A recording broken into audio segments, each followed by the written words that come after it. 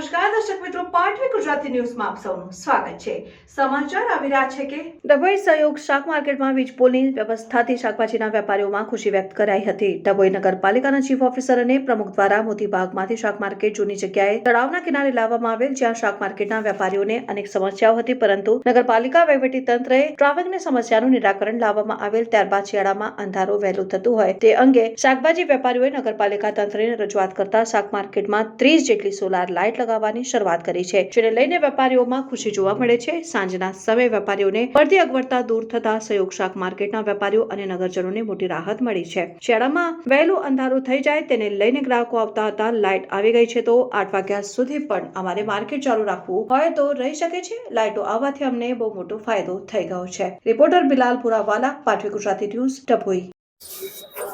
Okay, Dabhoi શાકભાજી સહયોગ શાકભાજી માર્કેટ યુનિયનના મંત્રી પરમાર રમણભાઈ ડાયાબરનું નિવેદન છે કે જે શિયાળામાં વહેલું અંધારું થઈ જતું હતું, અમને શાકભાજી માર્કેટ વહેલી બંધ કરવી પડતી હતી, તે બદલ અમે ડભોઈ નગરપાલિકા પ્રમુખને જાણ કરી કે અમુક જ્યાં લાઇટની વ્યવસ્થા કરી આપો, તો એમણે અમોને 20 થી 25 થાંભલાનું આયોજન કર્યું છે અને લાઇટ ચાલુ થઈ ગઈ છે, તો અમારા વેપારીઓમાં ખૂબ આનંદ ઉલ્લાસ છે।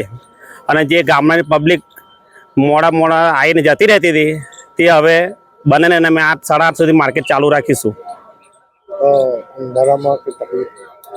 અંધારામાં જે પહેલા તકલીફ હતી તે હવે દૂર થઈ ગઈ અમારી, મતલબમાં કે જે ચોરીનો ભય હતો અમારા અંધારામાં, કોઈની કાટલા ચોરાવાનો કે શાકભાજીનો, એ હવે બનાવ બને નહીં મતલબમાં।